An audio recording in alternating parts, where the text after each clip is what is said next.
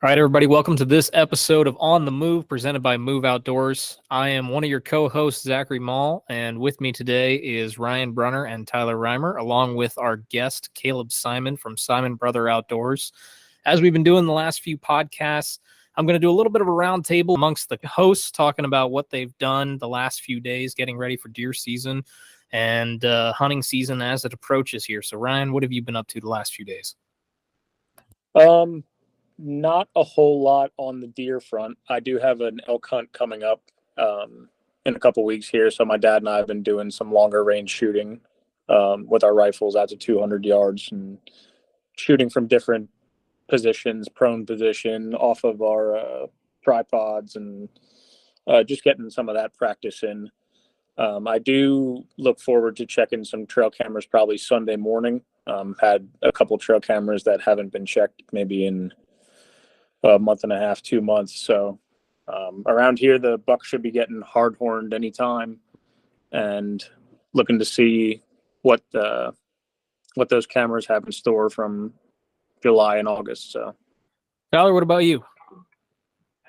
This week was doing a lot of inventory on my equipment, checking, make sure all my arrows are good, flex testing, spin testing them, checking broadheads, making sure none of them need an extreme amount of sharpening or repair from some of my misses last year. Just trying to get the equipment ready, because if the equipment's not ready, obviously it's going to be a shaky start to the season. So I'm hoping to get some boots down, hopefully tomorrow, maybe Sunday morning, get up extra early, get in before daybreak, and just walk. That sounds like a good plan for this upcoming weekend. As for myself here, I said on the last podcast, I've done my first Iowa trail camera check. That's unveiled quite a few target bucks for me. And since then, I've gotten my first hardhorn buck on the Tacticam that I have out here on some public land. So it's pretty cool to know that they're starting to shed and that it's getting to that time of year. I've got an elk hunt coming up here in a week. The bow's ready. I'm starting to gather all the equipment for it. And man, am I getting really excited to get out there and hit the woods. It's that time of year. It's finally here. There's a chill in the air in the mornings when I take the dog out for a walk, and man, I am ready. Although you had a heat wave, didn't you, back in Iowa? We did have a pretty big heat wave. Wednesday I had Trap League, and Trap League, it had a heat index of 120 degrees Fahrenheit, and it was so hot my gun couldn't cool down between shots, and towards the end of it, the gun I think was hotter than the air temperature because I could barely hold the thing anymore. My cheek was sliding off the stock from all the sweat. It was brutal. No one in our group shot very well because of it. And then the last thing I got going on here is I'm actually headed to the Iowa Mobile Hunter Roadshow tomorrow. Heading down there, hoping to talk to some industry leaders and get to know a couple other people that I know are going down there and meet some more Iowa hunters. I think that's going to be a good experience. I went to the one in Pennsylvania last year, and it was a ton of fun. So I'm excited to see how the Iowa one is different. The land of the giants there, huh? Oh, yeah. Yeah, I've seen bucks like I've never seen anywhere else. Yeah, a little bit different than what you're used to, eh? Oh yeah, the Eastern Pennsylvania bucks don't hold a candle to these Iowa bucks. I believe that. Yeah, so now that we've got the round table done, I'm going to go ahead and introduce our guest here. Today we're talking with Caleb Siman of Siman Brother Outdoors and the Deer Shop podcast. Caleb's channel, Siman Brother Outdoors, has really grown in the last year and a half or so, and he's almost doubled in subscribers in that time. He's been putting out great content for a lot longer than that, though, and hopefully through the course of this podcast and getting to know Caleb a little bit better, you go check out his channel. It's an awesome channel. It's a great group of guys, and Caleb, why don't you kind of break it down as to how SBO really came about? Well, yeah, I appreciate you having me on here, and I'll definitely be sharing this feed on our social media so that everyone else can kind of listen to you guys and kind of see what you're up to. So Siman Brothers Outdoors, we started basically because, oh man, we loved running. So we filmed everything when we were kids, basically. I guess it started with my dad. So my dad bought one of those giant, huge, you put in a VHS tape over the shoulder, massive cameras when I was born. So I'm 33, so 1990. And he did a lot of, videos of us when we were kids. And as we got older, we wanted to play with dad's camera. And he had a bunch of old photography equipment. And We lived on a family farm, which is 126 total acres between the two parcels that are together. And, that translated to obviously being in the woods. And he was a hunter. He was back then in Ohio, 90s and early 2000s, bow hunting wasn't as big of a thing. So he was the weekend warrior, gun hunting, black powder. He used Thompson Center Renegade was his firearm of choice, but he would always go on hunting trips and we'd see that. And we're like, man, as soon as we're old enough, we're going to start that stuff. And then the bow hunting craze hit. So as soon as we were basically old enough to pull bows back, we just started bow hunting, and we had, high 8 tape cameras with us. And we've been filming since, I think my first film hunt was 2006 or 2005 when I was 15 years old. Filmed my brother kill a turkey. First time we ever took a camera in the woods, my brother shot a turkey on film. So, I mean, the video quality is absolutely garbage, but we have that at least. But yeah, so we, that was it. And we started our YouTube channel in 2009, which is like ancient history compared to everything you're seeing now. Our channel's 14 years old now? Yeah, 14 years old. I think it was March was the anniversary. So yeah, I mean, we've just been filming hunts and putting content out for a really long time. And I didn't get serious with it as far as marketing myself and this whole craze of social media hunters. I didn't even know. I was a forum guy. So I don't know if you guys were ever on, before Facebook, there was hunting forums like HuntingNet, bowhunting.com, stuff like that.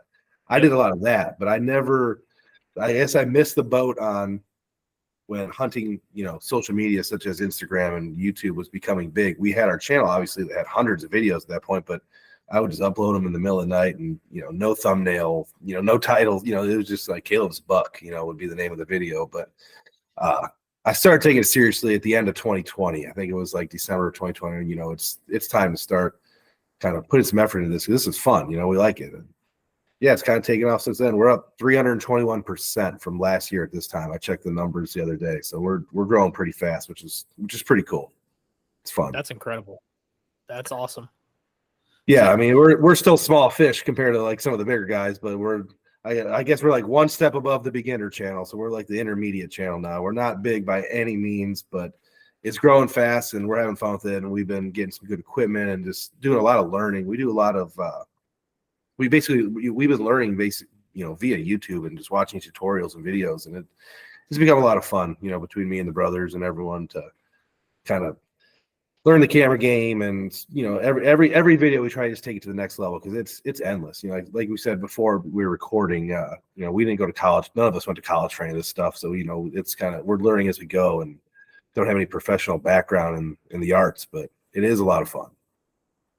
It is a lot of fun, and that learning curve is steep. I don't know about you, but I go back and look at some of our older content, and I just think this is horrible. I mean, just the production quality, awesome. The editing, it's so bad compared to where I am now. I mean, it's awesome, but it's and the quality, like I'm trying to watch these videos from 2009, and they're filmed. The quality is just so bad. You can't even see the arrow. I was using lighted knocks, but you can't even see the arrow. It was fun. You could hear it. I mean, it was a lot of fun. Yeah, technology has advanced. Back then, that stuff was recorded in like 480p, and we thought it was super clear when we first recorded it. And I was transferring it from tapes. I had like little high 8 tapes that I had to like put in the camcorder, connect a USB cable, and like record it on a recording software, and then edit it. And that's how I learned. So, sounds like you've been around hunting and videoing your entire life. I was going to ask if you had any kind of what's the word I'm looking for here? Idols, I guess, in the filming industry, the hunting filming industry growing up. If there was anyone that you really looked up to or said, I want to be like, Foxworthy on Bucks of Tecumseh or something. So, we were poor farm kids, so I didn't have TNT or any of those hunting channels, but I did have, every once in a while, I would be able to go, and I don't even know where to get them. I probably bought them like through an ad in the back of Outdoor Life or something, but I was able to procure like some of the original Drury tapes when I was a kid, like the VHS. I know the one was King of the Spring, like the original turkey hunt video to me was like, wow. And then there was, Drury's, they had 2 different series of their buck hunting, but they had a couple of these, like, this is before they were planting a lot of food plots, before box blinds, back when like Mark would just climb a tree and shoot a 140. And that, to me, back then, that was like the coolest thing ever. Like it was basically the juries back then. And then As the internet evolved, I started watching stuff online. It was Bill Winke. Those early seasons of Midwest Whitetail and Chasing November when he first started doing that, and just he had a lot of talent working for him back then. That's when the Hunting Public guys are working for him, and some of those other people in the industry now that were working for him. Greg from the Hunting Public was filming when he had some of his best hunts. Like that stuff back then was just awesome, and like that's kind of what I molded myself after and kind of looked up to, I guess. I mean, we don't have the kind of deer Iowa does. I mean, Ohio has some giant bucks, but Iowa's just different level. As you can attest to that now. I mean, it's different, but those are kind of the guys we watched and we really liked, but we weren't exposed to the cable hunters. I never got to really watch the Outdoor Channel or any of that stuff. I could later in life, and it just, wasn't for me. Once it was done with VHS tapes, it was straight to YouTube, and all the YouTube guys were who I kind of looked up to at that point. So I used to watch Go ahead, Ryan. I used to watch the VHS tapes of the Primos guys. I used to buy the turkey hunt tapes. And then I also, I guess probably when I was 10 or 11 is when maybe DVDs were taking over before that. But I remember we used to I'd go rent DVDs if I could, and I could find them for the Real Tree Monster Bucks guys. Yeah. Like Jordan and all those guys. Yeah, the old Jordan videos. I'm still a little amazed that outdoor television still exists with how much high quality content there is on YouTube these days. Honestly, I mean, it'll go away. It's definitely going to go away at some point. It's going to be gone. It's not a downhill trend.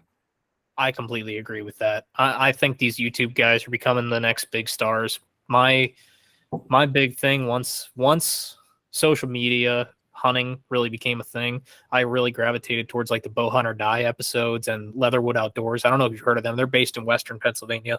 So I haven't watched a ton of them, but I know who they are because they have a huge following, like massive YouTube following, and they're really famous for their flintlock videos, if I remember correctly. Yeah. Oh yeah. Yep. Yeah.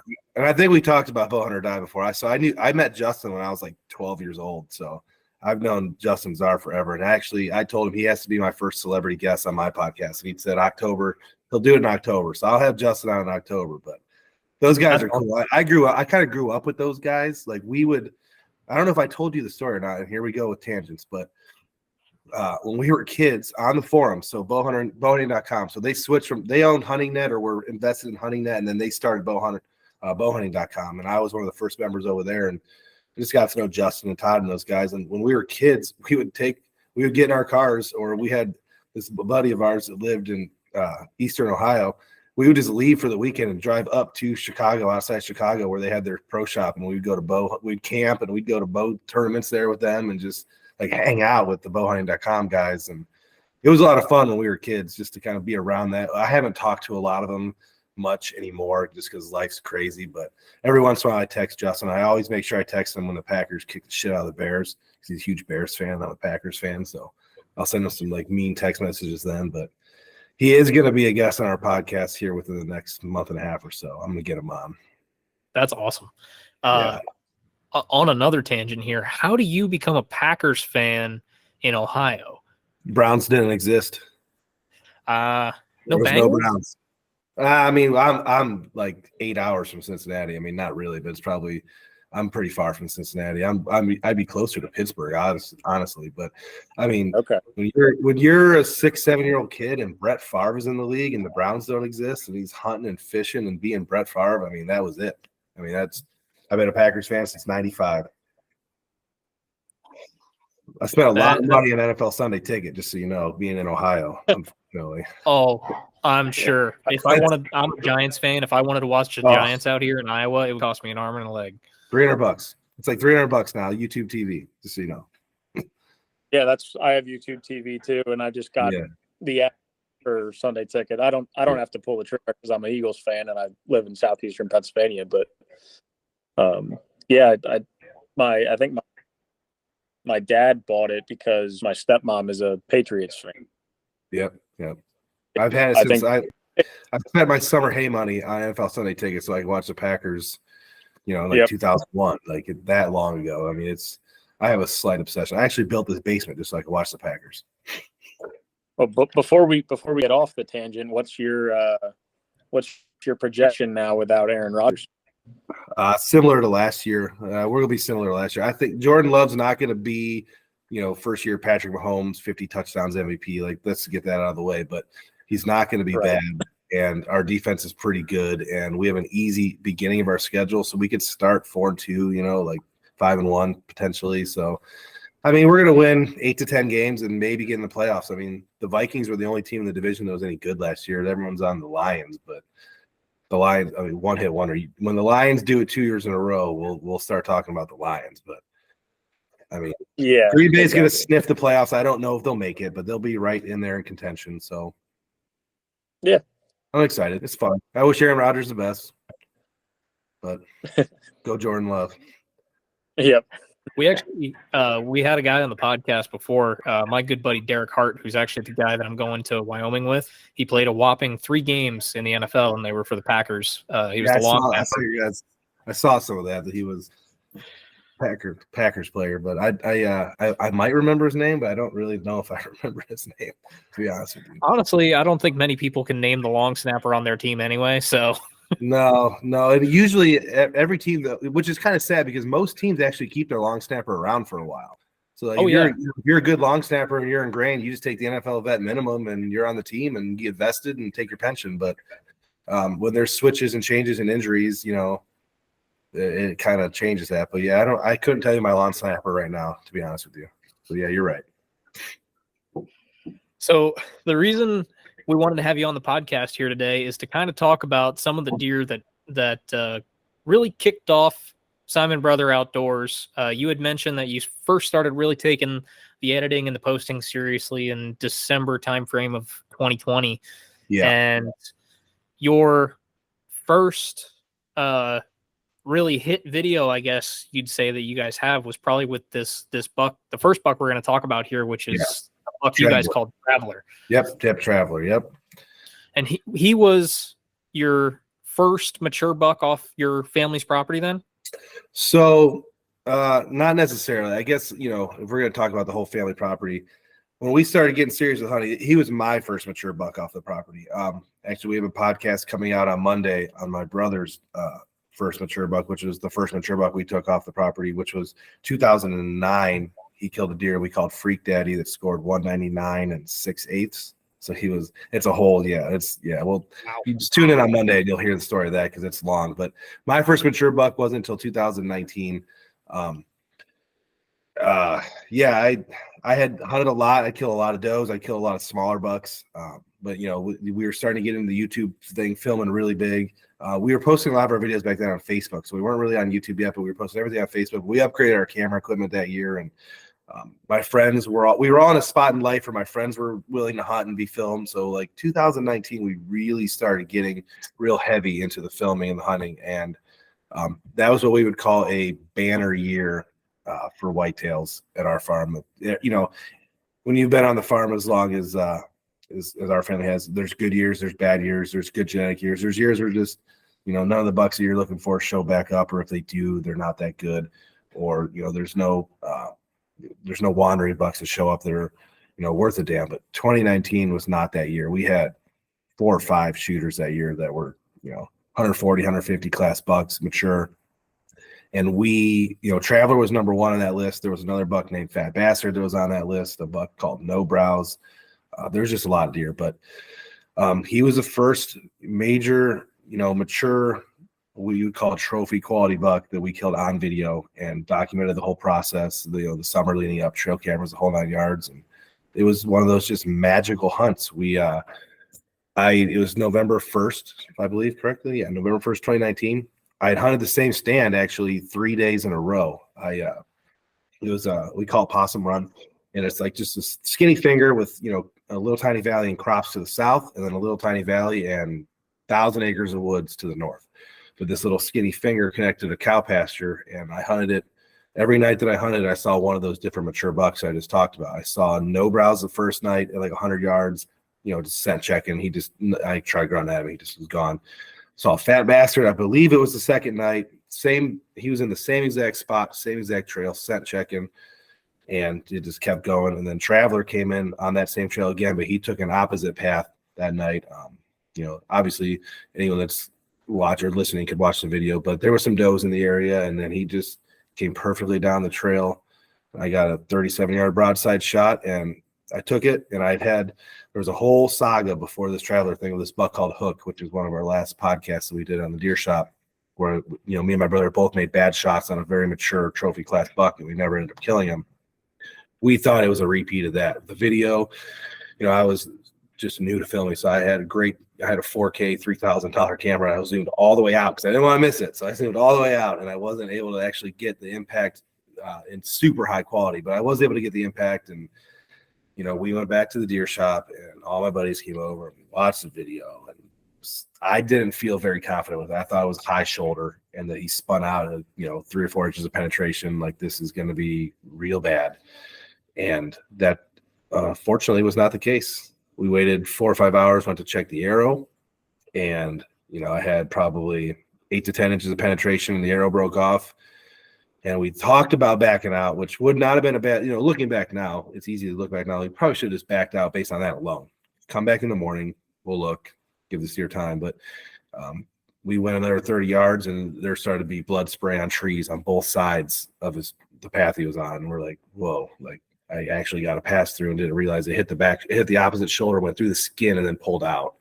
Have you ever seen that with the rages tend to do that? I feel like they'll penetrate in all the way through the cavity and then get to the skin on the other side and just like get stuck there.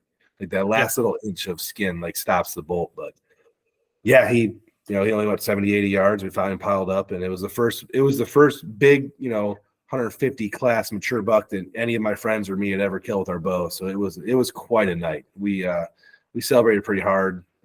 It's unfortunate when I look back at all the video, because we used the video for a lot of things, and it was really good track job and recovery, but I was pretty fucked up. I was pretty drunk in the video, so I'm looking at myself thinking, oh my gosh, like I'm just like stumbling around out there. But looking back, it was a great time, and it worked out well. And that season was good for all my buddies. There was 3 or 4 of my other buddies who killed really good bucks that year. A couple other ones on film. I mean, 2019 was awesome. I don't know if it was like that for you guys in Pennsylvania, but in Ohio, 2019, it was mint. 2019 for me was okay. Actually, 2019 for me was pretty decent, I think. When you killed... I killed Thing 1 in 2019. Yeah, Thing 1 in 2019, because I was in Montana with my dad, and you killed the buck the first week, or like first day or 2 of November, I think.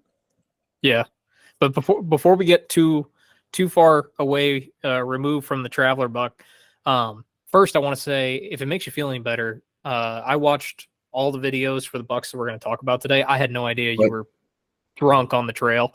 Honestly, I couldn't tell. I appreciate it. I did not notice. I was. But one of the things I have here in my notes to ask is, so you saw no browse. Like you said, you sat this stand the same time 3 nights in a row. You sat October 30th, 31st, and November 1st. November 1st, you killed Traveler, but you saw no browse and Fat Bastard on the same trail about 100 yards away. The first 2 nights you sat there. What gave you the confidence to stay in that same stand that you ended up killing Traveler out of? Because I know a lot of guys, if they saw 2 mature bucks use the same trail 2 nights in a row, they'd move that 100 yards to get a shot to that trail. So I try not to make too many micro adjustments. And that goes both ways. I know there's a lot of guys that'll, there's plenty of videos and plenty of stories out there where guys like, oh man, those deer on that trail right now, they go move, they kill. But at the same time, this stand had been there for a couple of years. I knew the deer walked by the stand. The topography of that ridge made it so if they did come down that direction where I was, they were going to walk by me either on both sides. So I had shooting lanes on both sides. And my wind, in Ohio, we have, either south or northwest wind normally. So those are the 2 wind variants we have. I just kept getting this northwest wind, which basically covered my entry trail. I came in, from the perfectly downwind side, and the wind blew right back to where I came. All 3 nights, and I just, it was cold, it was cool, the conditions are great. I saw no reason to switch anything up. Let's just stick it out. And I did hunt the mornings too. So I think at that time I was hunting like morning and afternoon, leaving during midday. And I had a couple uneventful sits in those mornings, or maybe just saw some does in those mornings. But I was pounding that stand at that time of year. And I don't think I touch on it in the video, unfortunately, because I made the video before I ended up pulling the rest of my trail cameras, but the buck Fat Bastard, he ended up actually coming by after I shot Traveler on a trail on my entry trail. So I had a camera that was like kind of covering my entry trail where the fields kind of all go together into the woods. And he walked by like an hour after I shot Fat Bastard after I had left the woods. And then we went into track after that. So he came through there in between times, you know, in the same general area. So the bucks were just cruising the hell out of that ridge that year. It was pretty awesome. And unfortunately I was never able to kill Fat Bastard. I had like 4 or 5 of his sheds.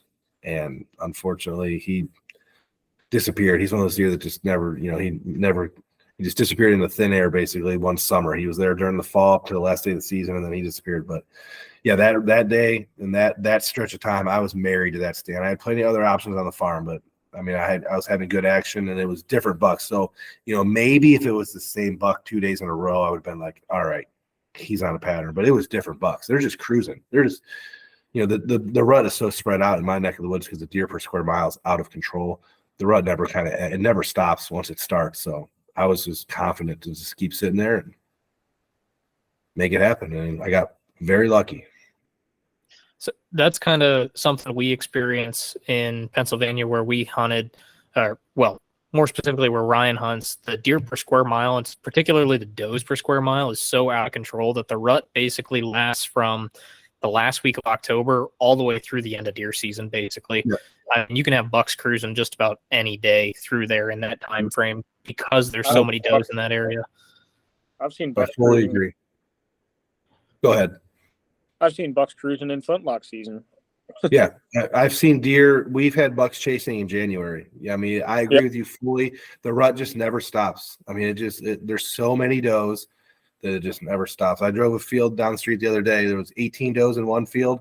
You know, it was just a little bit of a quarter mile, and go over to the next field. There's 25 in the next field. You know, a biologist would not agree with me that that's a possible holding number for a piece of property, but that was no antlered deer, and there was almost 50 in 2 fields next to each other. So, I mean, and that's just the deer you're seeing. You know, it's out of control. That's pretty common to around where Ryan hunts. Yeah, I mean, it's not uncommon for me to see during a sit 15 to 25 does. Yeah. And just coming out into bean fields, coming out into corn fields that wants to cut. I mean, there's been flintlock seasons, and obviously some of these deer are button bucks that you count as does, so you factor that in. But it's not uncommon for us to see 30, 40 deer, and maybe 3 or 4 of them might be buck. Yeah. Yep. We're in the same boat. There's so many deer. Yeah. One of the things I found really interesting in your story for Traveler that I'd love for you to talk more about is Cowgate and how bad that actually affected Traveler. I think you mentioned in the video that he ended up disappearing off your cameras for about 2 weeks, the week of Cowgate and then the week after. But I just wanted to know more about Cowgate. That was a really interesting part of this whole story for Traveler.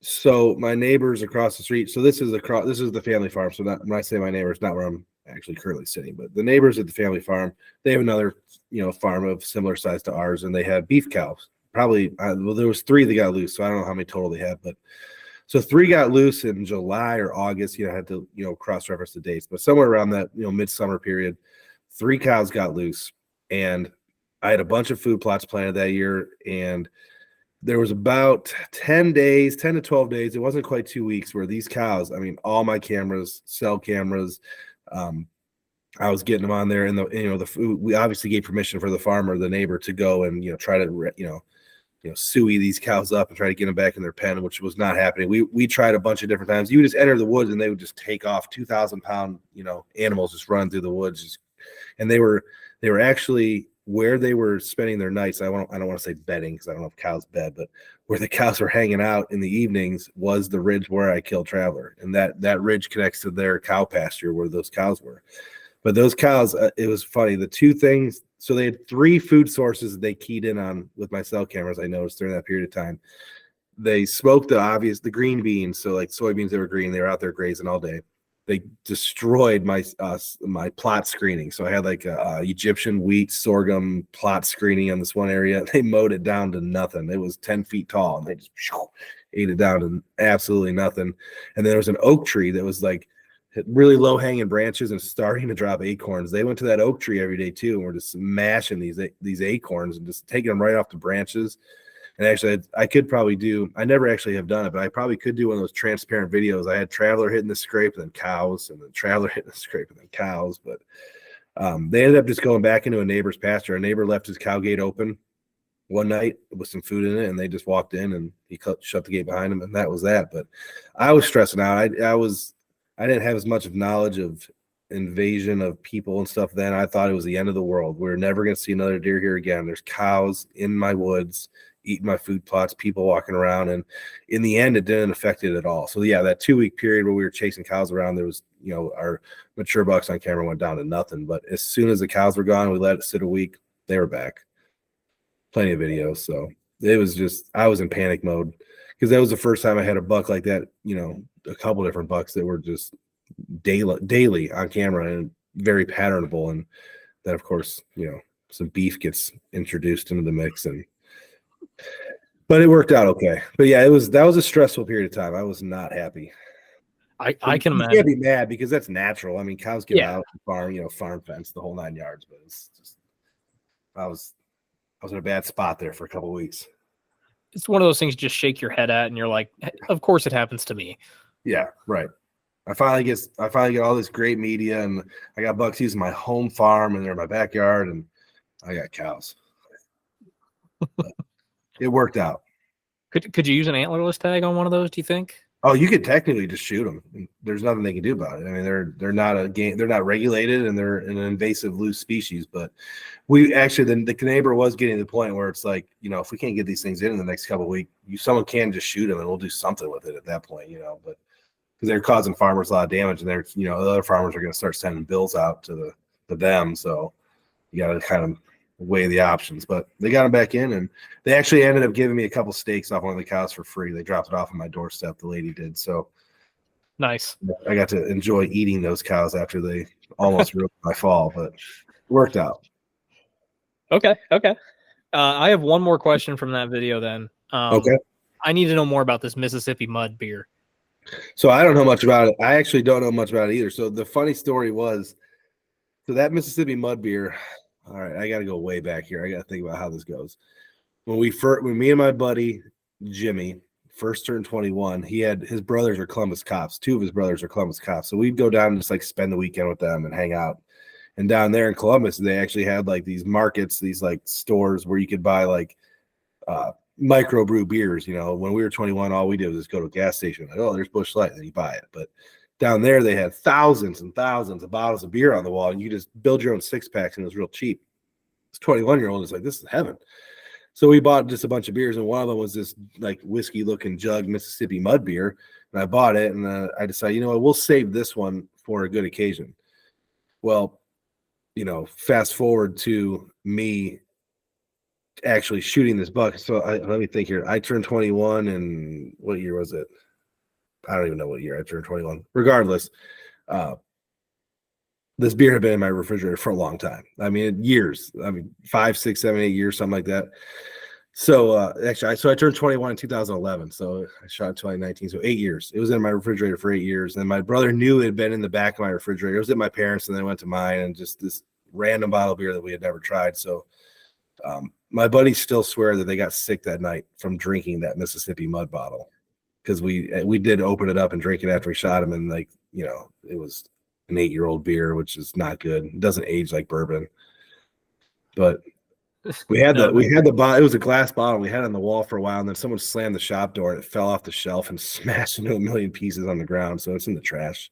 And I haven't actually bought another one since. I was gonna buy another one for the next buck, but life gets in the way. But it actually wasn't that bad. It's a black and tan. So you're a Yuengling guy. Yuengling makes black and tan, Pennsylvania beer. It was exactly like that. It was a black and tan style beer, and it was pretty good. It was smooth. But I'm surprised that wasn't skunky as all get out with an 8-year waiting period. I mean, it probably was. Like I said before, by the time we actually got the deer back to the shop, I was obliterated. So I have no idea like how bad it actually was. But yeah, that's the Mississippi mud story. And Isaac included it in the video. He went to my house. He like snuck over to my garage when he was going to get his pizza and grabbed it. Yep. Yeah, I watched that part. I thought that was pretty funny. I just had a general question. You had mentioned in the video, I believe, that you guys pride yourself on your use of trail cameras. Could you explain your approach to trail cameras? We've touched on this a couple of times, and just curious on your use or your approach.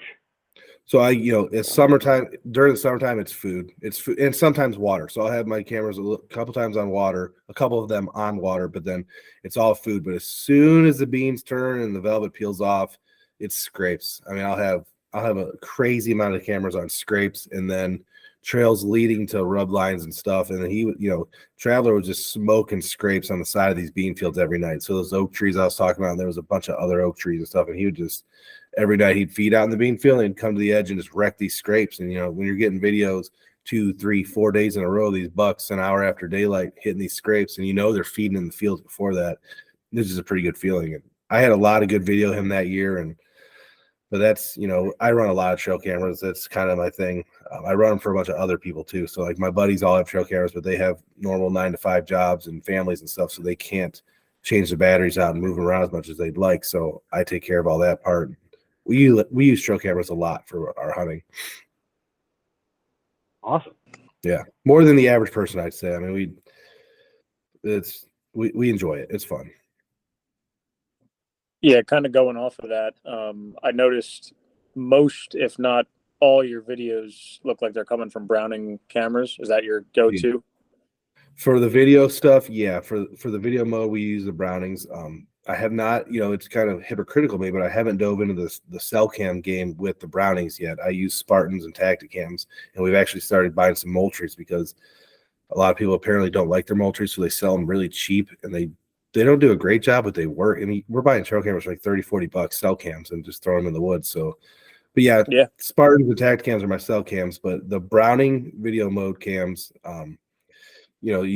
it's kind of hard to keep up with the models because they change every year. They keep 3 or 4 models and introduce 5 or 6 more.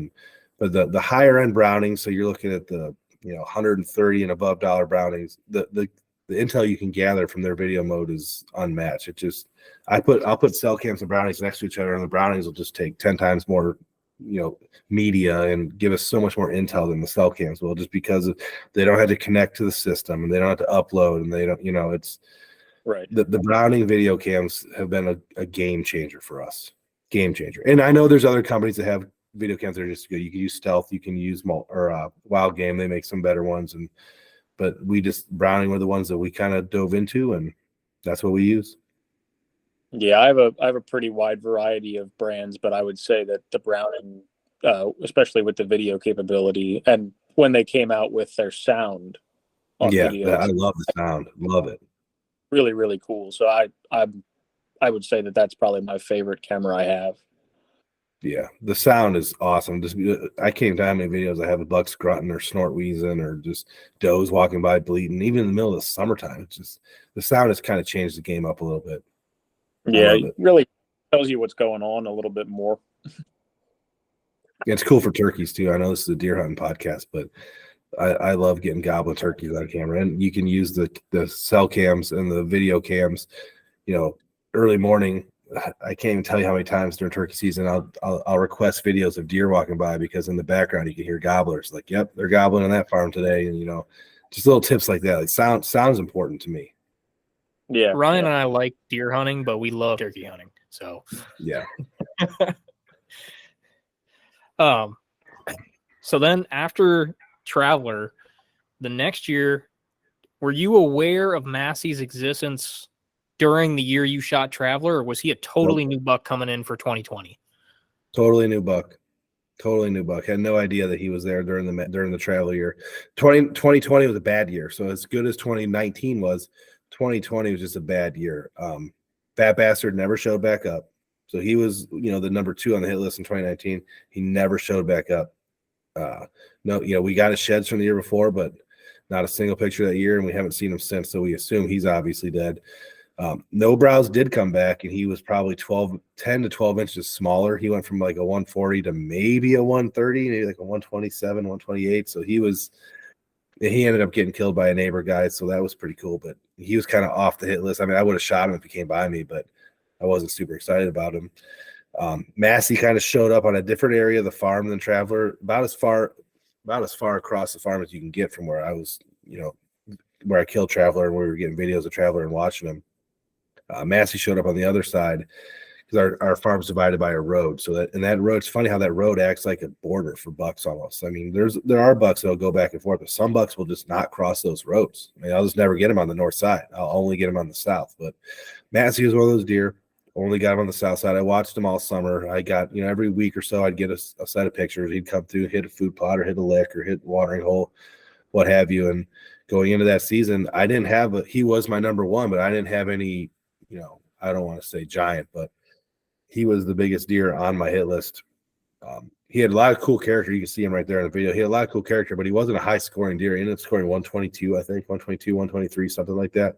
So he was only a 120-inch buck, but he was the heaviest and biggest body deer I've ever killed, bar none, not even close. He was a monster body weight, but his hunt was a lot simpler. I mean, there was a couple food plots he was hitting, and I remember opening day specifically, I was getting ready to head to the stand, and my cell cam was dinged, and he was already in the food plot on opening day, so I had to go somewhere else. I mean, there was a couple opportunities like that where he was moving early, hitting food plots where I just, dropped the ball because I wasn't in the stand fast enough. And then, the video of the day I killed him was pretty picturesque. There was a bunch of does that came through, and there's some young bucks came through, and then him and another semi-mature buck, they're working some scrapes, and they just entered the food plot, and I whiffed my first shot pretty bad, and he ran off and stopped and came back and was like trying to figure out what happened, and I smoked him on my second shot. And I only hunted a couple times that year. That was a weird year.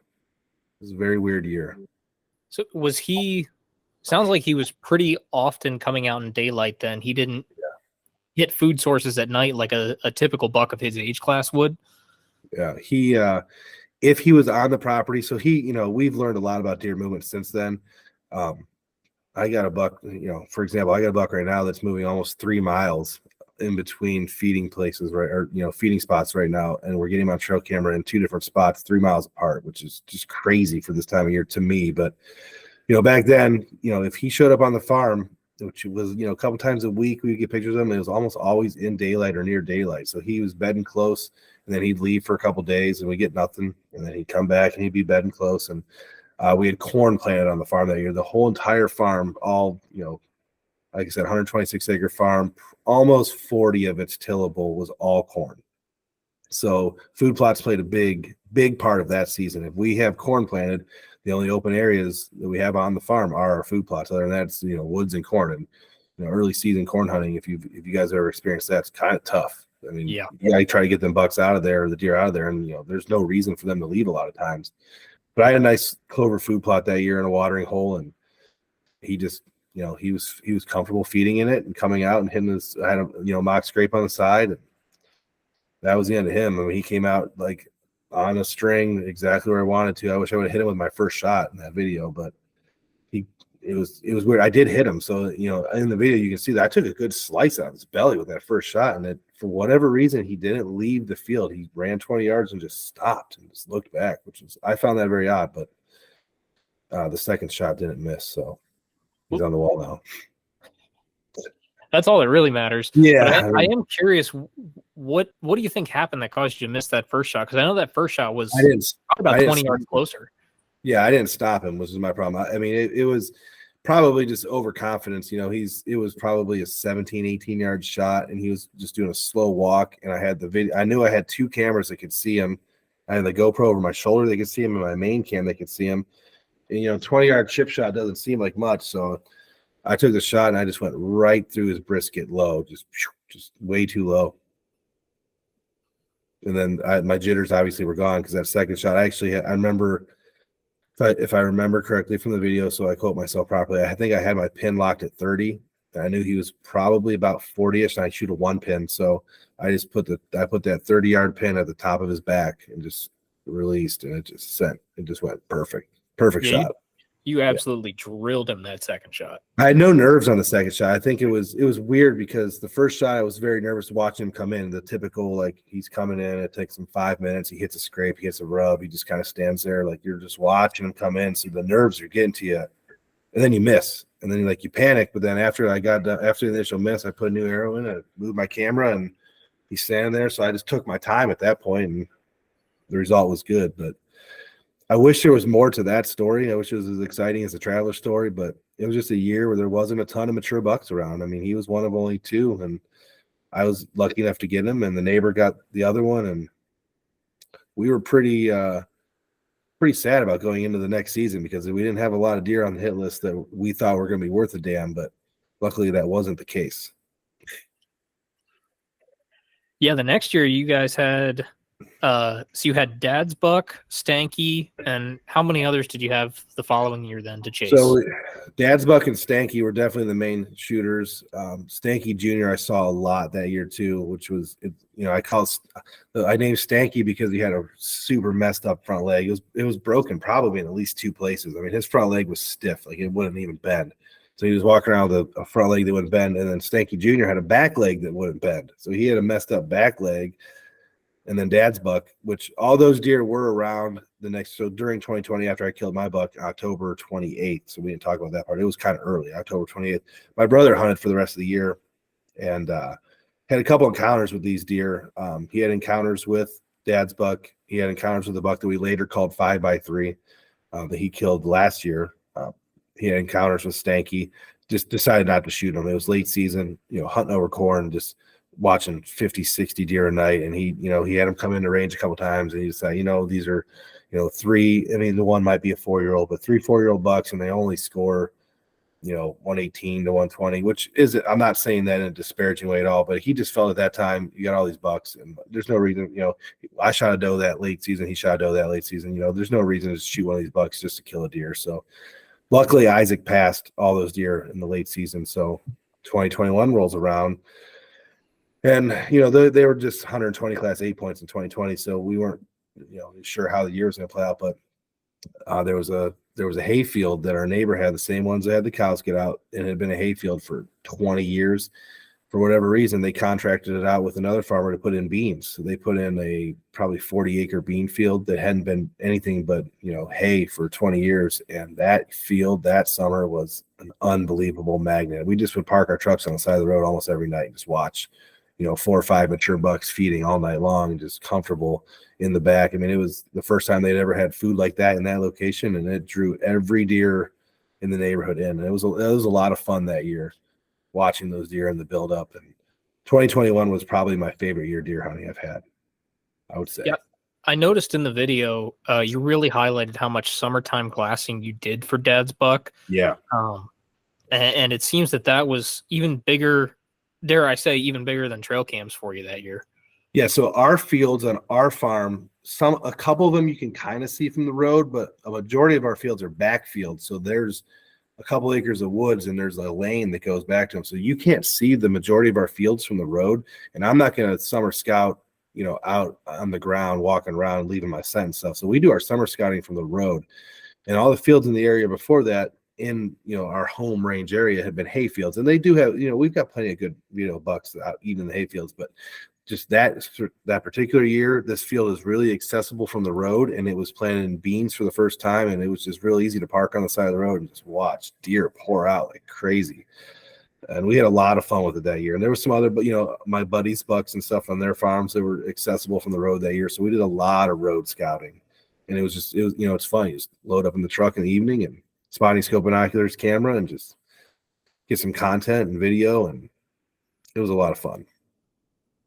Yeah, I feel that. I've been doing a lot of that this summer, loading up with the spotting scope, the camera, and a couple tripods, and just going out and glassing. And it's pretty awesome getting to watch. We've done it a lot this year as well. This year has been a very heavy road scouting year as well. My one brother's back from the Navy. This is his first summer back, so he's been driving around every night, just laying down video and kind of keeping tabs on bucks on all these different farms, and it's been a lot of fun. So before we get too much into Dad's buck story, one of the things I wanted to ask is, how did he get the name Dad's buck? So my dad who's lived on the farm since he was born here, and he's lived here his whole life. The first shed he ever found was his, and he found it 20 yards off the road. He had been going out, when he got off work and just kind of knobbing around some spots around the farm and the barns and stuff, trying to find sheds because the deer will bed close to the barns at the farm, where they can see the road and where they can see the house and stuff. So he was walking around and I had actually found the other side first and not too far from the barns. And then like a week later, he found the matching side, which unfortunately I don't have it here with me. It's at the deer shop, but he found the matching side right not too far off the road, and it was his first shed, and he was all proud and happy with it. So instantly, Dad's buck is how he got his name, and it stuck. Yeah. So you had a really interesting 2021 then, because you got married. Yeah. Was it the weekend before opening day or pretty much opening day? I got married on opening day. I'm that guy. My wife You and Ryan have that in common. He's getting married on opening day this year. I'm about to be that guy. So yeah. So there's nothing wrong with being that guy. My wife, she wanted a September wedding, and September 25th that year just happened to be opening day. And so we actually didn't do much hunting. Obviously I didn't do any hunting, and my brothers didn't do much early season hunting.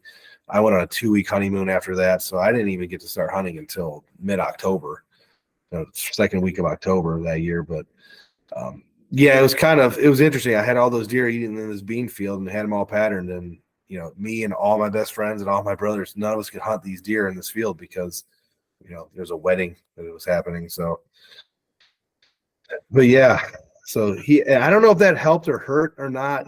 There was no pressure for the first couple of weeks on the season on the farm. So that was kind of nice. But did you feel like you had a lot of catching up to do when you got back from that? Like, how did Dad's buck's patterns kind of change after that? So after the beans turned, he just disappeared basically. So the beans turned, and I stopped getting trail cameras pictures of him for a long time until the rut kicked in. So about, right around the end of September until the last week of October, I was rarely getting him on trail camera. If I was, it was just like skirting on a trail or maybe walking past a scrape and not actually hitting it. And then I started getting some more media of him during the peak of the rut. So basically, I'd hunted the whole season, and I had encounters with all these other deer, borderline shooters in range, passed them, great video. That was 2021 was a great year for hunting. I had my first encounter with Dad's buck during gun season, and I'll admit it, panic set in basically. You've been hunting for this ghost all year, and you've been seeing all these other deer, and you're finally watching your binoculars. He had a specific curve on his left beam, just the way it came out. I recognized it right away, and I couldn't believe what I was seeing. It's Thursday of gun season, and here he comes walking through the property. I haven't even seen this buck in months, and I just missed. I simply just missed my shot, and we checked for blood that night. We went back and checked for blood in the middle of the night. 10 o'clock at night, we went back and checked for blood. Nothing. The next morning, I went back to the same stand just because I figured, I'll be when I leave the stand, because it was a great stand to hunt anyways. It was just surrounded by bedding areas, and it's gun season, so the deer are pressured heavily.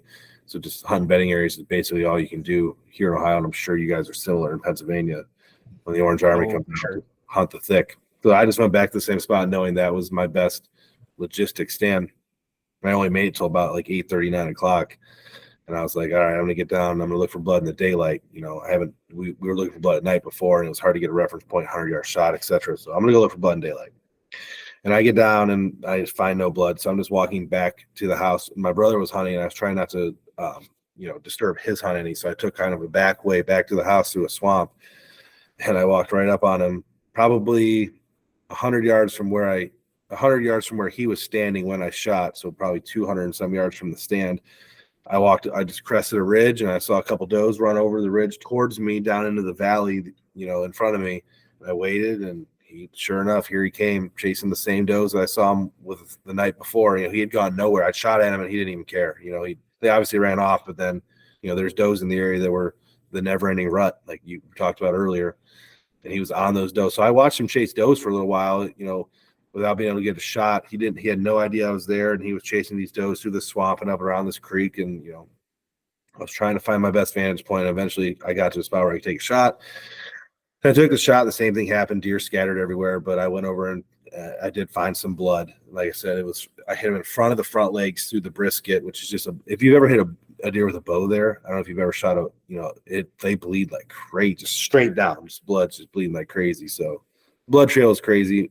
My brother actually, you can see in the video, the deer ran straight to where my brother was hunting. My brother watched him bed down and start to get woozy with his head. And then I came stumbling through the woods like Elmer Fudd on this blood trail and bumped him. So then we gave him a couple hours, went back, started tracking him, because during gun season, if you bump a deer onto another property, there could be guys hunting it and they'll claim it or shoot it, or anything could happen. So it's if it was archery season, I just would have waited 12 hours and just went and picked them up. But gun season's different. There's people out in the woods, and who knows where he's going to end up. So we ended up bumping him at least one or two more times when we tracked him that second time, and then it ended up working out. He bled out, but that was one of my favorite hunting seasons, probably. Yeah, I mean, 2021 was a lot of fun.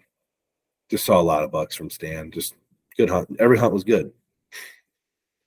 That's all you can ask for, really. Yeah. I mean, yeah, seeing deer from stand, it's always a good day. Even if it's not the one you're after, just being able to sit out there in the woods, film some deer, watch the deer, see how they act, make mental notes for the next year. If it's an up and coming buck, he's obviously using this area at this time of year, so next year I'm going to check in, type of thing. We do that a lot. So it was a fun year, and that year worked out pretty good. That track job was it's funny, because I'll tell all my friends, I don't like the guaranteed track jobs when I'm a participant. If I'm going with my buddy to find a deer and he's like, well, I think I got a good hit on it, but I'm not sure. Like, it's a lot more fun. Like, oh, there he is, Yep. When it's a guaranteed track job, it's like, yeah, he's, I watched him tumble over there on the other side of the beech tree, then you just go up and like, woo. But this is the ultimate, like, no one knew if he was truly dead yet. We were bumping him. It was gun season. It was looking back, it was a ton of fun. I was stressed out at the time, but I'm sure. How close to the property line did he end up getting then before he passed? So he ran off our property onto neighbors that we had permission to track on, but not hunt. So we tracked him through there, went back to another neighbor's permission piece where we could hunt, tracked him through there, back to the cow pasture people again, that same farm. And then he ended up dying up on a neighbor's property where we could hunt. He died 100 yards from where I hit him originally. He took a huge circle, massive circle, and basically came back to that same area, which in the end makes me think that he's probably been there the whole time. And my trail cameras were in spots that I was comfortable putting them, but obviously he wasn't walking. So he was probably spending a lot more time near my property than I knew about, because that's where he went to die and that's where I shot him. So, trail cameras don't tell you the whole 9 yards, that's for sure. But yeah, I was pretty happy with the way the story came together. I wish I would have been able to kill him that first shot on video. That would have been a lot better, but can't have everything perfect. So I have a question regarding your style of video. So obviously your videos are very cinematic. Was that on purpose, or did that just come naturally as you were trying to tell your stories? I think that's the progression of, you make a video and you produce it and you watch it. And you're like, well, I could probably change that. And then you watch some other guys' videos, Midwest whitetail, and then you're like, well, that's a cool shot. So then, like, you're in the woods, and you're like, well, I'll do that. And then 10 years of that kind of stuff goes by, and I feel like I try to make every video better than the next. I'm also very realistic. I know that there's some videos where I'm going to go out with just a GoPro just to capture some content, and oh, here's a scrape, here's a rub, found a shed, etc. And you can make a video with that, and you can get some views, and you put it on your channel, people follow. But when you have a story that comes together like that, a 2 or 3 year chase for a whitetail, or your season finally comes to an end, I like to go through. It takes a long time. I'm sure you guys understand. It takes a long time to find all the hunts and remember things from those hunts later. Like, oh yeah, there's that squirrel that was coming in and out of that hole. I took some good, so you got to go back and find that video. And I think music plays a big role in a lot of this stuff. So a lot of guys, I get a lot of comments where like, well, music was too loud, or why'd you have music in it? Why didn't you just hear nature sounds? I'm like, well, it's a 50-minute video. So if you want to listen to the wind blowing for 50 minutes, that's fine. But I like to incorporate music and voiceover and trail camera audio and all that other stuff in my videos. It's not for everyone, but I enjoy doing it. Paying for a music subscription is key to be able to get some actual quality music. YouTube library has some stuff, and there's some free stuff that's okay, but once you've listened to enough of that free stuff, you can tell when groups take the next step and actually get into artists creating music specifically for videos. And It is funny that you bring that up, because when I was watching your videos, a couple of the songs that you played, I was like, oh, that's from YouTube Audio Library, Yep, because I've used it in our videos. Yep. But actually this year, probably about a month ago, I purchased a subscription to artlist.io. That's and I think that's going to change a lot. it does. Like you're like, man, you're thinking. So when you're creating a video, you're thinking, man, I need a song that like slow rolls and has a couple big beats and then gets real cinematic. And I can't find it on there, but you go on Artlist and you can start finding stuff that fits the bill. And then you hear stuff that you're like, oh, wait a minute, that actually would, yeah, I could, and it makes a big difference. I like when I'm watching some of the bigger name guys now. So if you're watching Midwest Whitetail or, Hushin or, someone, name whoever, and then you start hearing songs that you have already downloaded or that you have used or that you like have in a queue to use in a video. You're like, all right, like, so I'm using music that guys that know what they're doing are also using, and that's a good feeling. So yeah, you can do a lot with YouTube. If you're just starting out, obviously hit the YouTube audio up, use that stuff, get your stuff rolling. But I enjoy having some really good audio, and I've even started using some sound effects here and there. Not, I don't want to say sound effects, but you can start using some bass beats and some drum rolls and some thunder sounds, and you can start incorporating some stuff in your audio to really pull it together. So yeah, I enjoy that aspect of it. Just spend some time on the video. Once the story is done, you can go back and like make it look a little bit better in some places here and there, and it kind of ties it all together. Absolutely. Yeah, I think it definitely pays off for you. Yeah, and I appreciate that. It's like I said, there's some people who don't see it that way, and that's fine. There's guys who just want to see 50 minutes of hunting. They just want to hear birds. They just want to hear the woods, and I get that too. And I like hearing that stuff too. But if I want to watch a movie, I want to hear some music. I like music. At the end of the day, you're never going to please everybody. I know, Right. like our Total Archery Challenge videos, I tend to have more contemporary kind of pop punk-ish music to go with the tack shots. And usually going through those videos, about half the comments are horrible music choice. Why would you even put music in this video? And the other half are, wow, the music actually made this video pretty awesome. I like when people leave negative comments, because at least they watched it and they thought of something and then they posted it out and typed it out and felt the need to tell you. So that's half the ball game. So at least just bring on the negative comments. I'm good with that. There's no such thing as bad publicity. No, you like it, and then you comment back to it, and then when they reply, you like that again, you comment back to it. Just keep them going, Every comment builds the algorithm. They're like, hey, there's a lot of traction on this video. That's the key. Hate's okay. I've got a general question about your trail camera approach. Okay. So you've got a bunch of cameras deployed, obviously. Not all are cell cams. We talked about the Browning ones.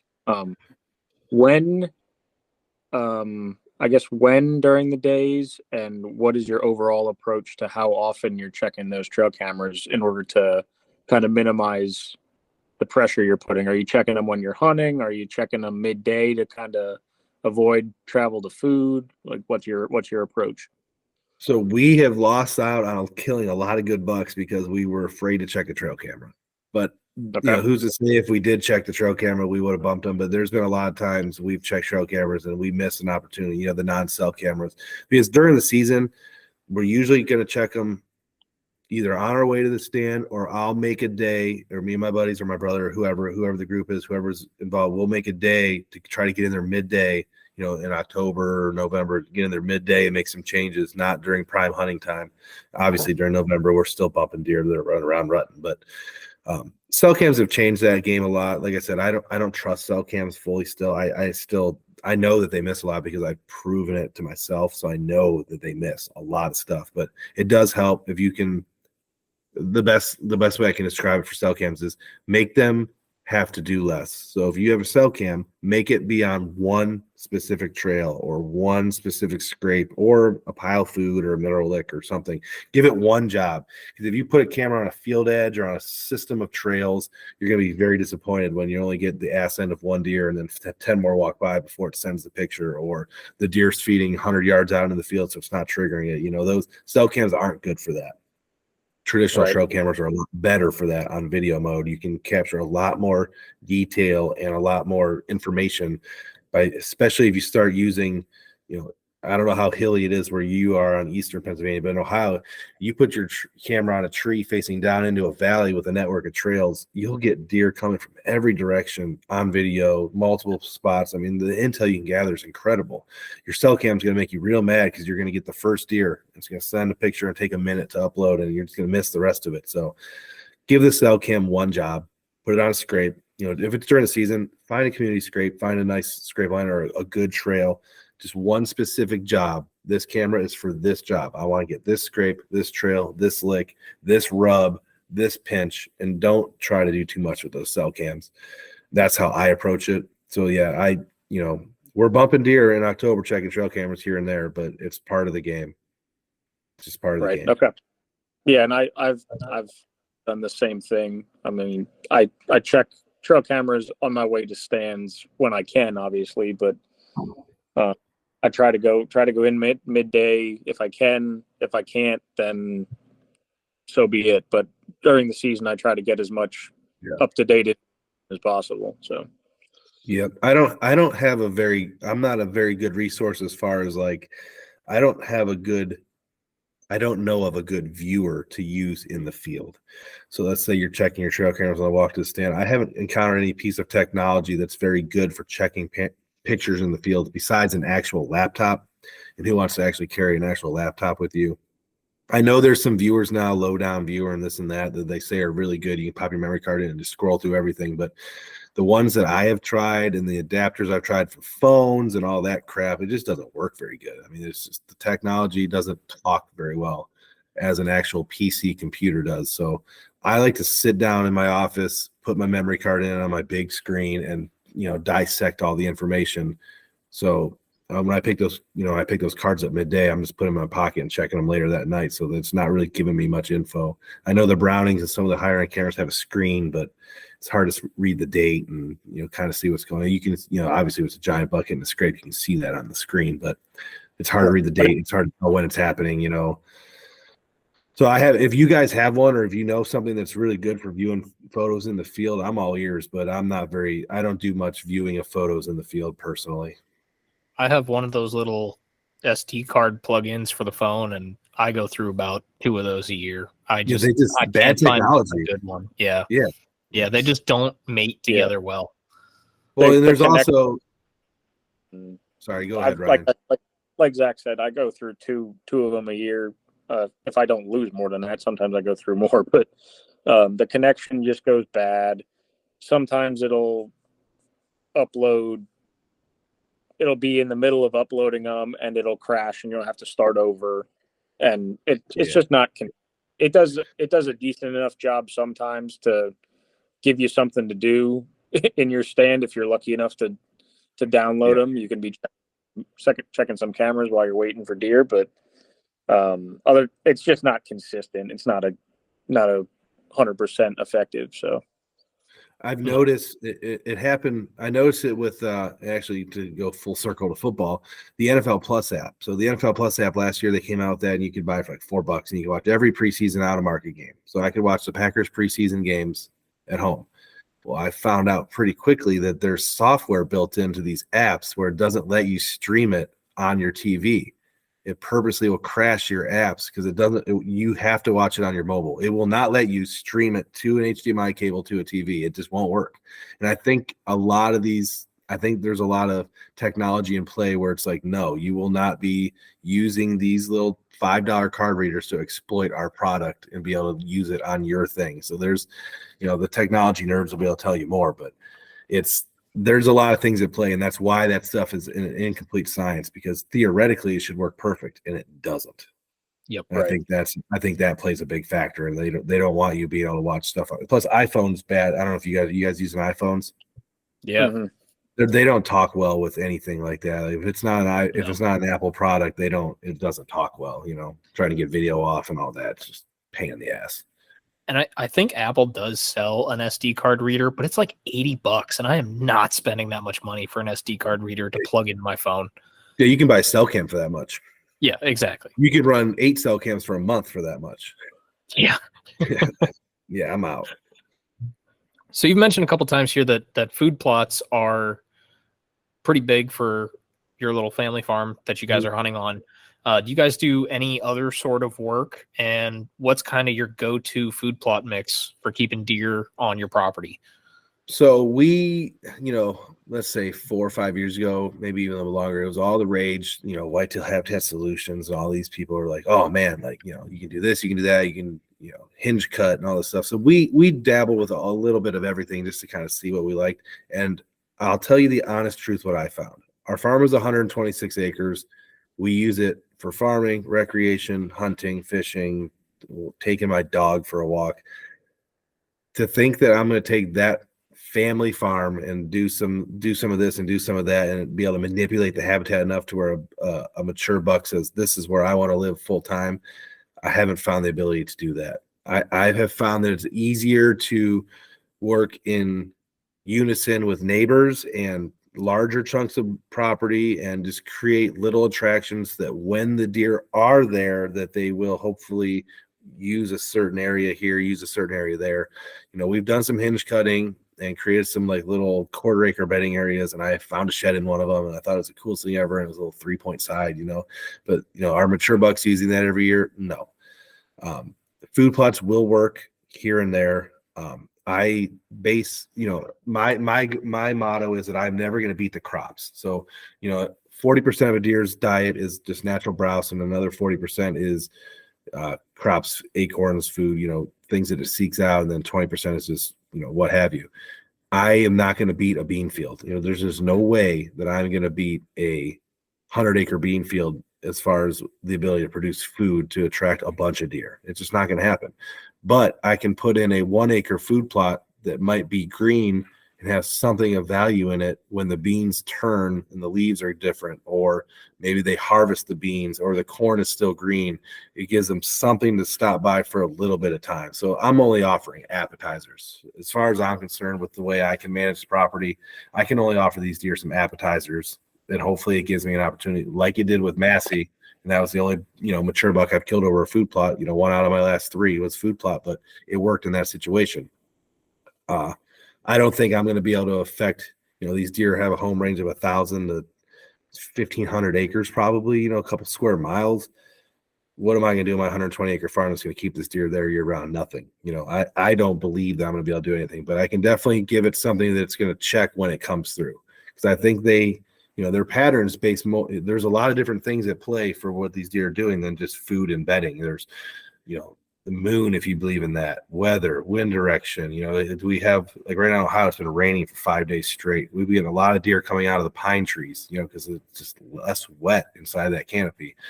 Things like that you can't control. The crop rotation can't control. A farmer decides to plant alfalfa this year instead of hay. All of a sudden, his farm is a magnet for all the deer in the area, and you're not getting anything. So I can't manipulate things with my small plots, but I can definitely make an attraction to where maybe the doe will come through that the buck's on, or maybe the buck will come and do a scent check of it if he's in the area this time of year. And that gives me individual confidence, which I think is important. None of us have the answer. I mean, some guys do. They kill 200-inch deer every year, but we don't, or I don't at least. But I can make myself feel confident, and then if I'm happy with what I'm doing, if I'm sitting in a spot that I feel good about, for example, 3 days on the same thing for traveler, it doesn't matter if it works or not. In reality, if it worked for me, it worked for me. Same thing with camo, same thing with scent regiment. A lot of guys are trying to eliminate human scent. I can tell you that's impossible. But if it makes you feel good, then use it. Yeah. So that's my philosophy on food plots. They help, but they are not the answer. They're not the end all be all by any means. That makes a lot of sense. To your comment on scent control, I take the Mark Kenyon approach to scent control, where I don't spray down before I go into the woods every time. I do wash my clothes and scent free stuff. And my opinion of it is, if it gets me an extra 5 seconds with that buck before he realizes it's a human, awesome. I like that approach a lot. I will, if I'm going to use spray, because I don't, I'm a realist. If a bloodhound can smell drugs in a gas tank in a car driving down the road, and a deer can smell 200 times better than that, how am I going to put a spray on my boots that's going to beat their nose? But I will sometimes, if I have it, if for some reason I have some scent control stuff, or I win in a raffle or whatever, I will spray my boots, because maybe maybe it'll dilute my scent trail enough to where the deer doesn't just instantly spook when it runs across my trail. But I'm not a shower, use scent-free soap, wash my clothes and all the detergent. I do wash my clothes in the hunting detergents just because of the UV brighteners that they talk about. I don't know how much it plays, but I will. I do know that sometimes on my trail cameras, my pants will glow a lot more than my jacket, if you've ever seen the IR. So, oh yeah. I mean, maybe it has something to do with it. Maybe it doesn't, but I do little things like that to make me feel confident, but I know I'm not going to beat a deer's nose. I mean, I do not expect to beat a deer's nose. I mean, I know there's guys on the internet that'll say that they can and they have and they will, but great. You guys are awesome because I can't. So do you, on the property, do you make any mock scrapes or anything like that, or do you let it be all natural? I do a lot of mock scrapes, but I do a lot of mock scrapes, but it's cheating because I'll put mock scrapes where I know they're going to scrape because I know my farms. I mean, I know where there's bottle caps in the woods from a beer that we drank 20 years ago. I know my farm so well. I know spots that are going to have, because they have a good licking branch on a trail network. So, I already know there's going to be a scrape there this year. So I'll just juice it up before they get a chance. So I'll have it. Actually in the next couple of weeks, I'll start to I use a lot of Evercalm. Just the regular Evercalm on the licking branch. I think it covers up the human scent of you touching the area. I'm a big proponent of, I know when I set up a new camera that the deer are going to smell it for the first couple of days. I mean, no matter what, if you set up a new trail camera and you have it on video mode, the deer walk by and they stop and they sniff around and they look, because they can tell that the scent's 8 hours old and that you're not there right now, but like, man, there was a human here. And you can see it in the videos every time. If you run your camera in the video mode, you can see the deer stop and look around, look right at the camera and sniff the camera and sniff the ground. Like, I mean, they smell you.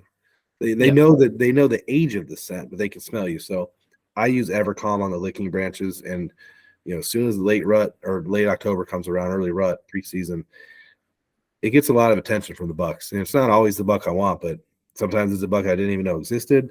Sometimes it's next year's buck. I have a lot of videos of next year's buck. I got a lot of videos of next year's buck this year. You know what I mean? Like up and comers, and I mean it's important, but I know I'm not going to be able to beat the whitetail completely. They're way smarter than us. Their senses are way better than ours, but mock scrapes are something I do enjoy. And I pee in them. I'm a peer, 100%. I am too. Yeah. Human pee. When I make them, I pee in them myself. Yeah. And I've had 180-inch bucks just work a scrape that I've peed in before. I mean, it works. And I think there's a lot of science behind the fact that after a couple, 20, 30 minutes, like the human pheromones are out of the urine and it's just urine at that point. Yep. That's why people have been using fox urine as a cover scent for literally 100 years. Yep. Urine is urine. At least that's what I tell myself. That's what I tell myself too. What bucks are you guys after this year on the farm? Do you have a couple hit listers already lined up for this year? We do. There's a buck, and I don't know if so there's another YouTube outfit that's close by to us. I'll drop them just because whatever might help them out a little bit. They're called Wild Time TV. They are like, I enjoy watching them because I know the guys. They're just local kids. They're a little bit younger. They're probably about 10 years younger than me, and 7 to 5 years younger than my brothers. So they kind of remind me a lot of when I was that age, 19, 20, 21, just graduating high school, making hunting videos. But their videos are better now than what mine were then. So I'll give them that. They're another local group of YouTube guys that I enjoy watching. They're a little bit smaller, but they're gaining some traction. And their leader, Joey Pavlovich, he's on the right track, and he's gonna be a big star one day. But one of their members, Gavin, has been after this buck for a couple of years. I think he named the buck Little Deb. We named the buck Bird's Nest. So it's one of those like bleed overs. Like they got their story with the buck. We have our story with the buck. Yep. I'm not super actively hunting him because my only chance to kill him is on a small piece of property that's surrounded by a lot of guys that have way more property than I do. But he does come through that small piece of property, and he's going to be at least 5 this year. And he's probably a 145-inch framed 8-point with probably a 24 to 26-inch spread and split G1s. So he's probably actually close to 150, maybe 160. Our buddy Gavin, who's on Wild Time TV, has hit him twice. He's hit him 2 years in a row, non-lethal. Video of both encounters. We have a ton of trail camera videos. I've seen him this summer a few times.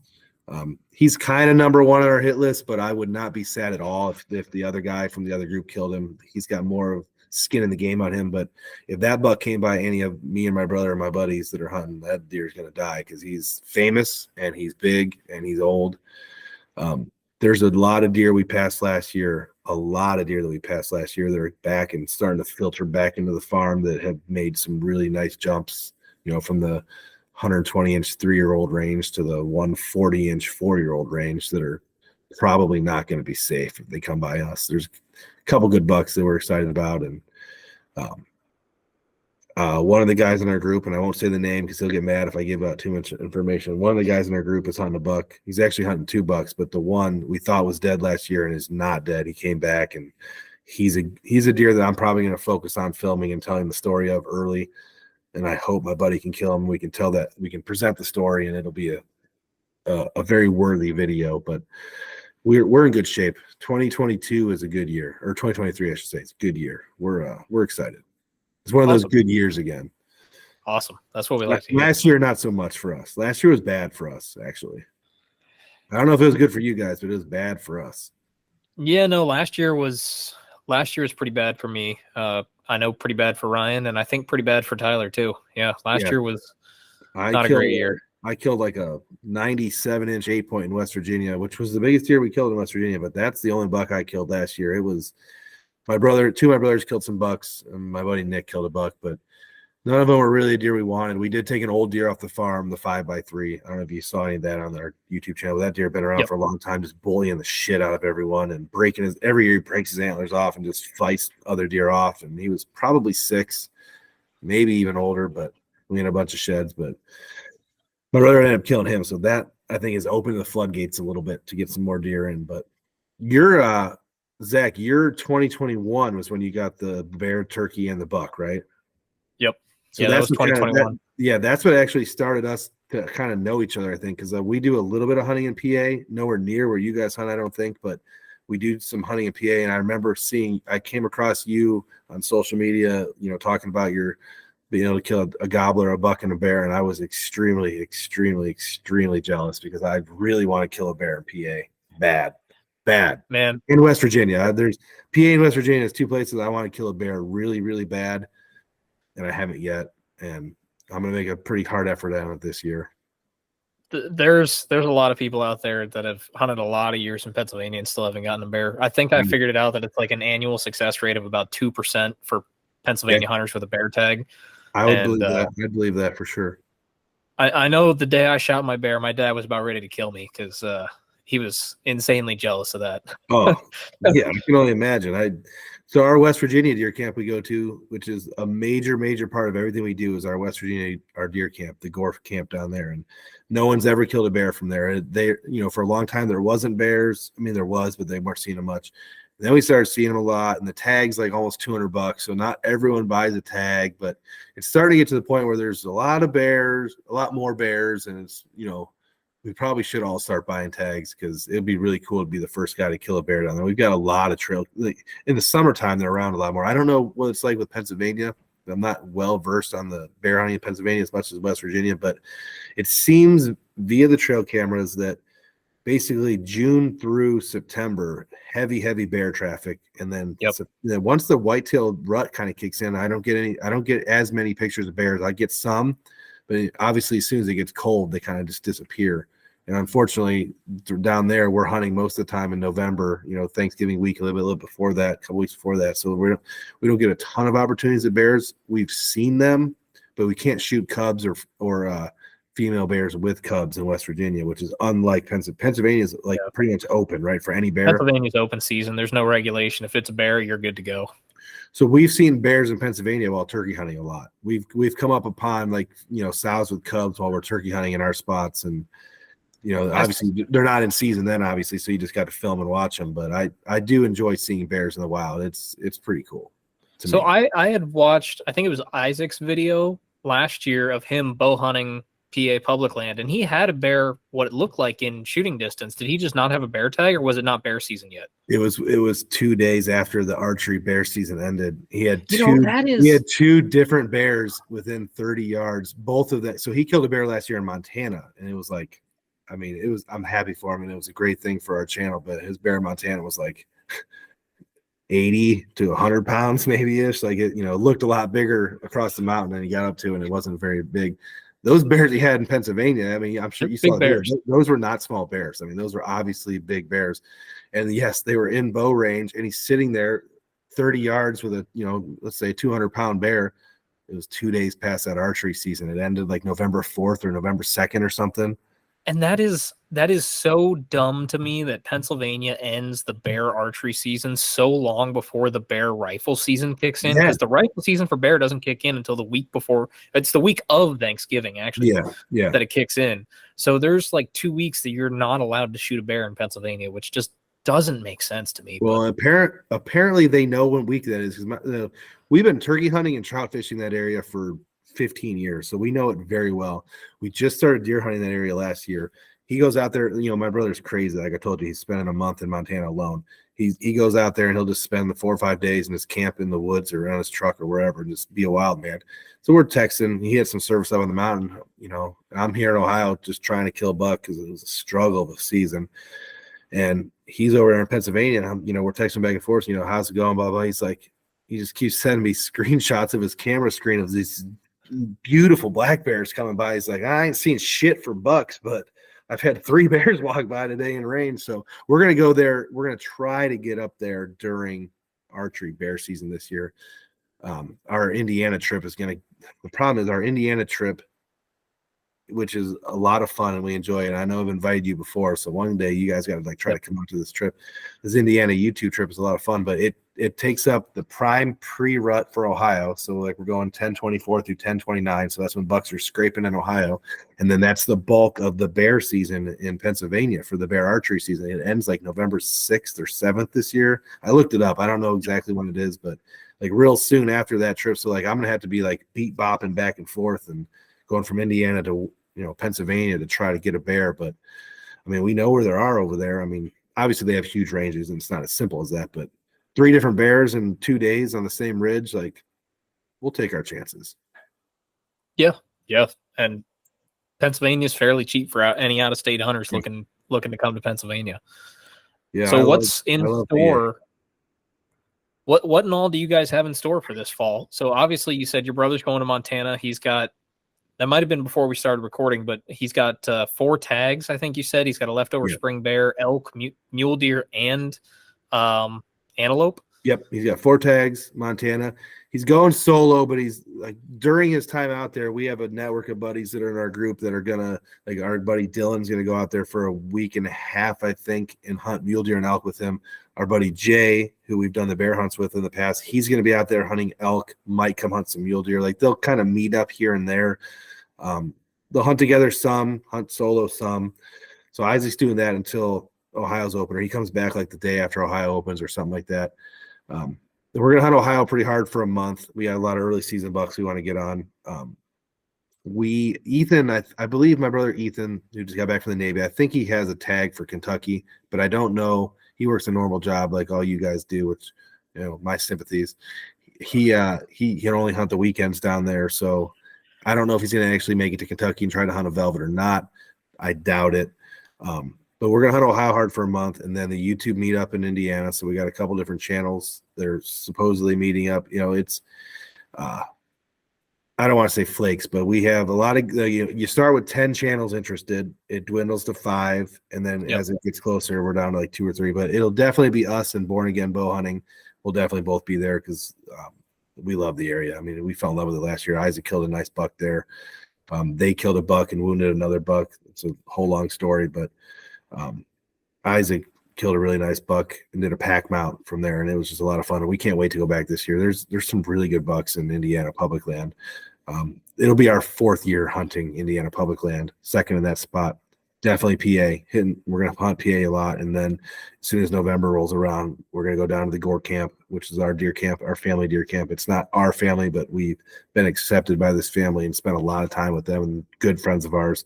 We'll be hunting down there at least once for a 3 or 4 day stretch during the rut with bow for bucks, and then go down there for gun season. Hunt up until Thanksgiving, come back to Ohio. Watch Packers on Thanksgiving. Head to Pennsylvania. I'm actually going to do the gun season in Pennsylvania for the first time this year. My buddy from work has a cabin out there, and he wants to start a tradition. You know, his dad's getting older, and he's home with his dad and his friends, and et cetera, et cetera. His dad's getting older, so he wants some guys from work to come out there and start a Pennsylvania deer camp, which runs congruent with Ohio's gun firearm season. So like Ohio and PA run congruent, but I'll probably spend the first 3 days in PA, come back, hunt the weekend in Ohio, and then late season we'll go wherever we need to fill a tag. But it's going to be a lot. It's going to be fun. We have a new series coming out actually on our channel called Deer Camp Chronicles, which is all just bouncing from deer camp to deer camp to deer camp to deer camp. And we're going to use all our new cameras and editing techniques and try to pick up all the things we've learned and roll it into a bunch of 15 to 20-minute episodes. We're going to try something new. We're going to keep them short. We're going to try to pump out, 1 or 2 a week if we can, just based on our deer camps that we're running around to. Usually I wait till the season's over to compile a 1 hour long episode that releases in January, which is not the best for the YouTube metrics. And I'll still probably do that. I will probably run the show that I'm running now, technically the SBO Live, you call it. I'll probably still make episodes of that showing years of trail camera video and sheds and, the backstory of these deer we kill. I'll probably still release that in January, February, March, just for literally our own viewing pleasure. Sometimes the public likes them, sometimes they don't pick up because it's off season, but for the actual season, we're going to do the Deer Camp Chronicles show and try to release it, in a timely manner and get it out there and see how that does for us. We're pretty excited for it. And having my brother back from the Navy to have a fourth hand on deck to kind of do editing and camera work helps. So yeah, that sounds awesome. That sounds like you guys are going to have hopefully another banner year and put down a couple mature bucks and grow that following even more. I'd like to see you guys put another 300 and what'd you say, 19% from 321 this year to next year. 321, sorry. Yeah. We were at, I don't even know what we were sub-wise going into the season last year, maybe like right around 2,000, and now we're at a little over 4,000, and we'd like to see it grow. But I've enjoyed the podcast thing. Like I've enjoyed being out here tonight and the other podcasts that I've been on, and I enjoy doing our own. So we're going to really put some effort into the podcast, because that's kind of, not that YouTube channels aren't the rage, because YouTube channels are doing very well, but podcasts have become the way to reach people. A lot of guys in cars and driving, and especially guys like us that, if I got to drive to Indiana, it's 6 hours. I'm going to listen to some guys I know on a podcast, Exactly.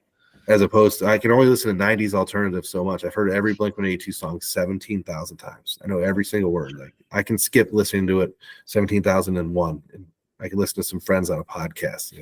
That's the way I look at it. Yep, I look at it the exact same way. So we've been talking for quite a while here. I want to give you some time now to really plug your social media channels, the SBO channels, the Leaky John Boat channels, and of course, as you just mentioned, your new podcast. I think you guys are up to 6 episodes or 5 episodes. Sorry. Six will be Monday, the day this drops. Yep, Monday will be the story. So if you check out the Deer Shot podcast, I'll make this quick. I don't care about plugging too much. The Deer Shot podcast on Monday will be the story of my brother's 199 and 6/8 buck that he killed in 2009. We always give him 200. Shit. It's an almost 200, But that'll be the episode 6 of the podcast. It's every Monday morning at 5:30 or 6 o'clock in the morning. Isaac drops it, or has it set to drop. And then the video version. So we've done a video version of every one, which, like you said, you were going to get into. I'm telling you, it's a lot of work. It's fun, but man, is it a lot of work putting those video podcasts together on top of the actual filming. But every Monday evening, the video version will go live, and that'll have the overlays, and you'll be able to see the pictures of what we're talking about in videos, and they're pretty cool. Simon Brothers Outdoors on YouTube. Our new show's coming up, the Deer Camp Chronicles. First episode will be probably October 2nd. We'll film that opening weekend of Ohio, and then I'll get in the studio and get it out. SBO Live will still be released here and there with some stuff that doesn't pertain necessarily to deer camp stuff.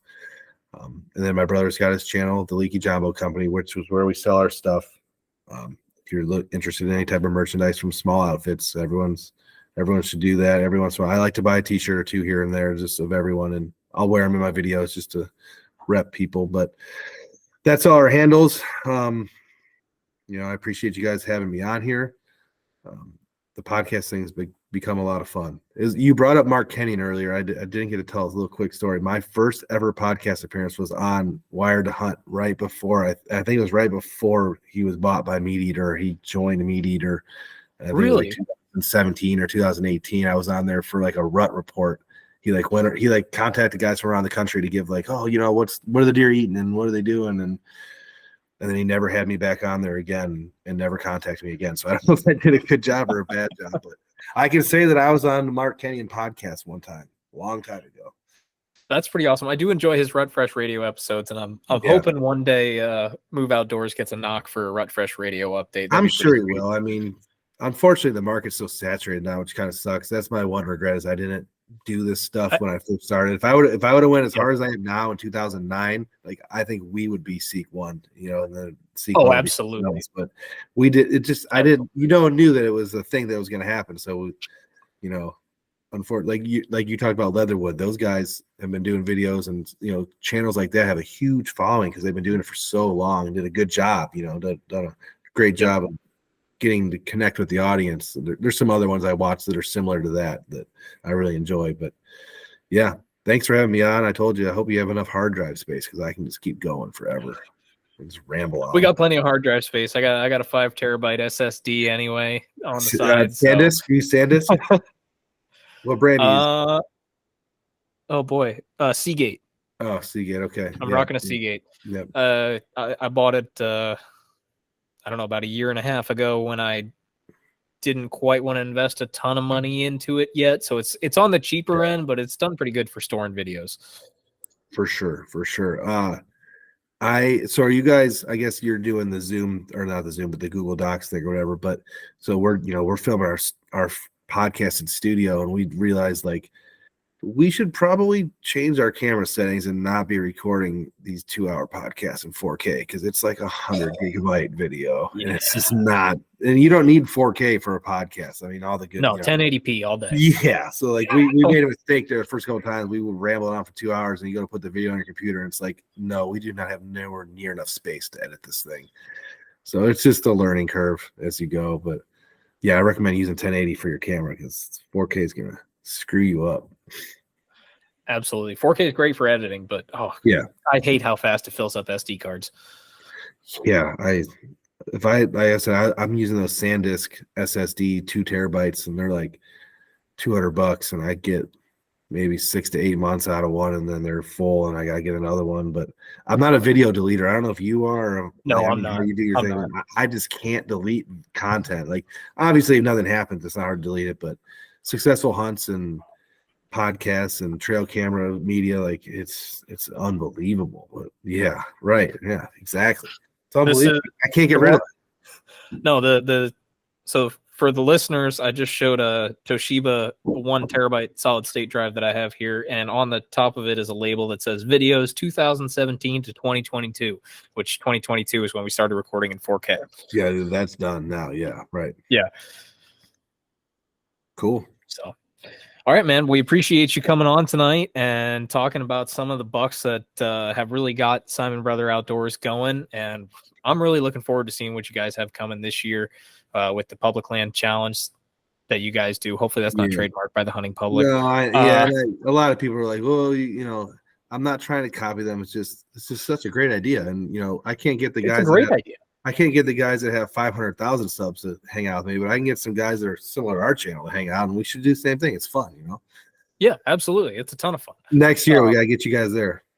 I'm hoping to, man. We'll have to talk about that off air because there's a chance I could swing it this year. Possibly, maybe. Well, just let me know. Let me know.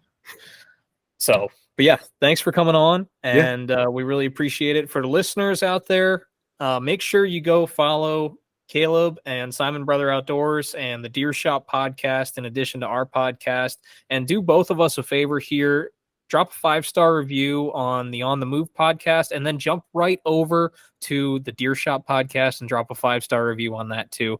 It takes 15 seconds out of your day, and it helps us more than you could know. So we really appreciate you guys listening, and we hope to see you next time. Until the next episode, you're on the move with Move Outdoors. Thank you.